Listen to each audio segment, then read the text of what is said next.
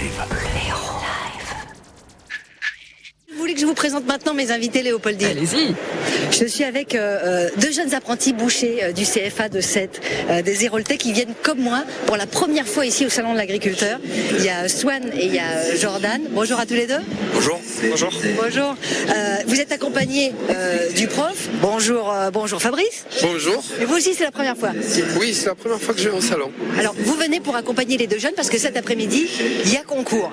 Voilà. Concours du meilleur boucher. C'est ça, concours du meilleur boucher sur le salon, voilà, c'est ça. Donc ils vont commencer le concours à 11h pour présenter des pièces. Là, ils vont commencer par une épaule d'agneau et ensuite, s'ils passent les autres phases, ils vont préparer un rôti de veau, puis une côte de bœuf bridée, voilà. Donc je suppose que c'est plus dur de faire le bœuf que l'agneau, puisqu'on commence par l'agneau. C'est ça, c'est de plus en plus difficile? Il y a un peu plus de technique sur la côte de bœuf par rapport à la préparation. Okay. Mais voilà, après, il y a quand même de la préparation sur les autres parties, voilà. Comment vous les avez choisis? Ça veut dire que c'est les meilleurs, on est d'accord? Oui, alors ils ont déjà fait des présélections sur le CFA de Sète. Et Swan, lui, maintenant, va passer une étape régionale pour ensuite venir sur les Hauts-de-France passer le concours du meilleur apprenti s'il passe ces phases-là. Donc là, meilleur apprenti de MOF, quoi. Concours du meilleur apprenti de France, voilà, exactement. Donc ça veut dire que j'ai en face de moi le prochain grand boucher de France. Enfin, peut-être, on ne sait pas. Il faut attendre le 11 mars pour le savoir. Qu'est-ce que ça vous fait d'être là tous les deux? C'est votre première fois salon. Après, dans 1 heure, dans 2 heures, il y a le concours. On est stressé ou pas? Non, pas stressé. C'est vrai? Non, pas du tout. Toi non plus? Non, on est heureux, ouais. C'est une chance. Ça veut dire que c'est pas comme un concours de. Ça veut dire que vous l'avez dans les mains. Vous le connaissez le geste par cœur. Vous connaissez votre couteau. Vous connaissez tout ça. L'idée c'est quoi? C'est de la concentration et pas se laisser avoir par le stress. Voilà, c'est ça. Faut pas se laisser avoir par le stress et surtout rester dans notre bulle et faire notre travail. Vous savez sur quoi exactement vous allez être jugé? Je suppose qu'il y a un temps imparti. Il y a, je prends mon couteau comme ça et je commence à le découper par en bas et je remonte ou On va être jugé sur le désossage, ensuite sur le parage et je sais pas s'il va y avoir du fistelage sur l'épaule d'agneau, mais logiquement oui. Ça veut dire, Fabrice, que ça, c'est des trucs, ils se sont entraînés à faire ces choses-là. Ceux qui vont faire à partir de 11h, ils se sont entraînés là ces derniers jours, ces dernières semaines à le faire non-stop?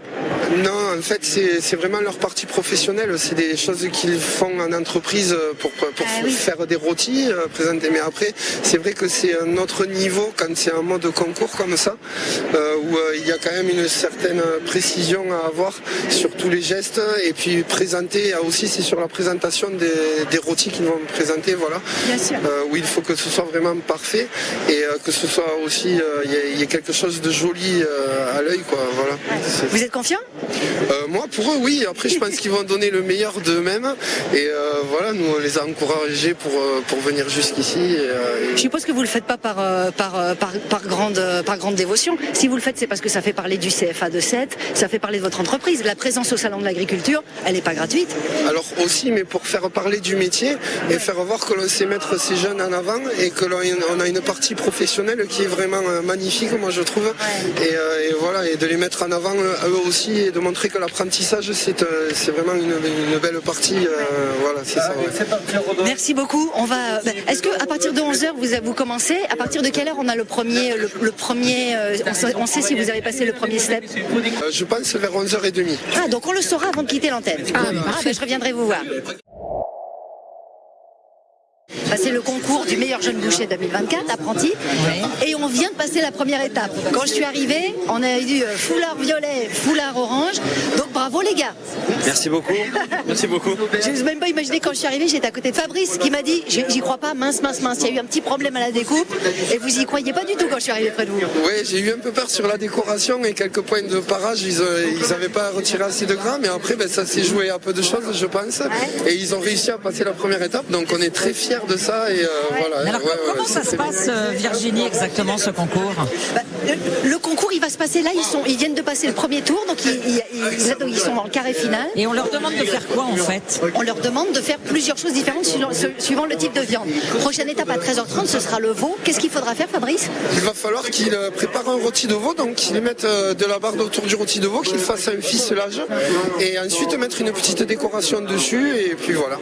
Ce que vous disiez, c'est qu'en 20 minutes, là, là, c'est ce que vous êtes en train de débriefer depuis 5 minutes tout à l'heure, c'est qu'il y a plein de choses à faire. Il y a à la fois le travail de la viande, mais il faut gérer si, tiens, est-ce que je prends le temps de faire de la déco? Est-ce que je prends le temps d'enlever mon truc? Il y a plein de choses à gérer différentes. Vous avez vécu ça comment, vous, Jordan? Je l'ai vécu avec beaucoup de fierté, beaucoup d'expérience. À chaque fois que je faisais quelque chose, j'essayais d'être dans ma bulle et d'essayer de donner le meilleur de moi-même. Ça veut dire que tu regardes pas celui qui est à côté, Swan? Non. On n'a pas le temps de regarder à côté, en fait on est dans notre bulle et on y va et on fait le meilleur travail qu'on peut faire. Vous parliez des couteaux, il y a un truc où c'est pas vos couteaux, on sait bien que les cuisiniers ils ont leurs couteaux, comme le violoniste il a son violon, il y a un truc qui vous a surpris au niveau de la prise du couteau en main?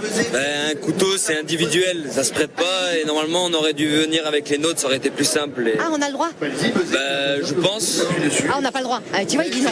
C'est que nous, comme on venait de Montpellier, on n'a pas voulu prendre leur mallette de couteau dans le train. Après, par rapport à la sécurité, je ne savais pas si on avait le droit. Et puis, on nous a dit qu'on avait des couteaux aussi sur place, qu'on nous prêterait. Voilà, mais ça, c'est un petit détail. Voilà. Mais ça a fait partie des choses qui ont rajouté leur petite difficulté, mais ça passe quand même. Oui, vous êtes heureux là, hein? Ouais, on est vraiment heureux. On est assez contents parce que les autres, ils avaient fait quand même du bon boulot.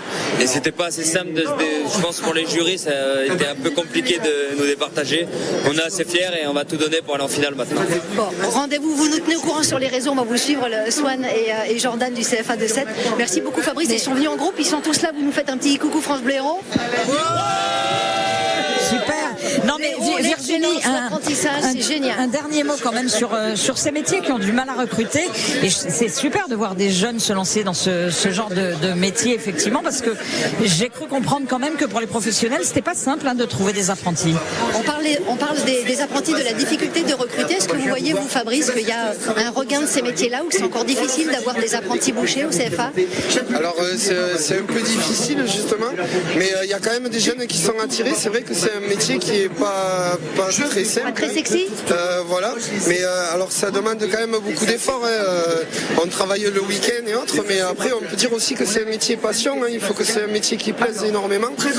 Sinon on ne peut, forcément c'est un peu comme tous les métiers, il faut que ça plaise pour y arriver. Mais c'est vrai qu'après par rapport aux horaires, peut-être ça peut être difficile pour certains jeunes. Mais voilà, après il faut.